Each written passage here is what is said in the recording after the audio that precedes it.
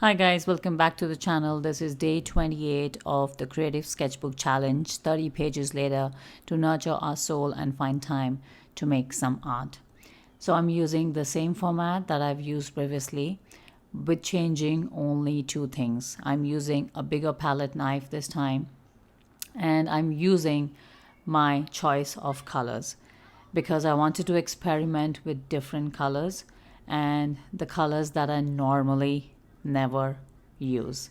One of them being red, and as you can see, I started with reds and different kinds of red that are available to me in my gouache set, and also some very dark colors which I normally never use.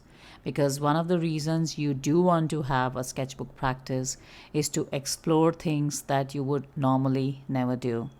So keep that in mind and enjoy this video and follow along. Please, it's my humble request to do take out 5 to 10 minutes every day to do anything creative that sparks joy to you. Thank you so much. Please subscribe to the channel. Lots of love. Until tomorrow, as we have very less days left now. Bye bye from Sam and Stella.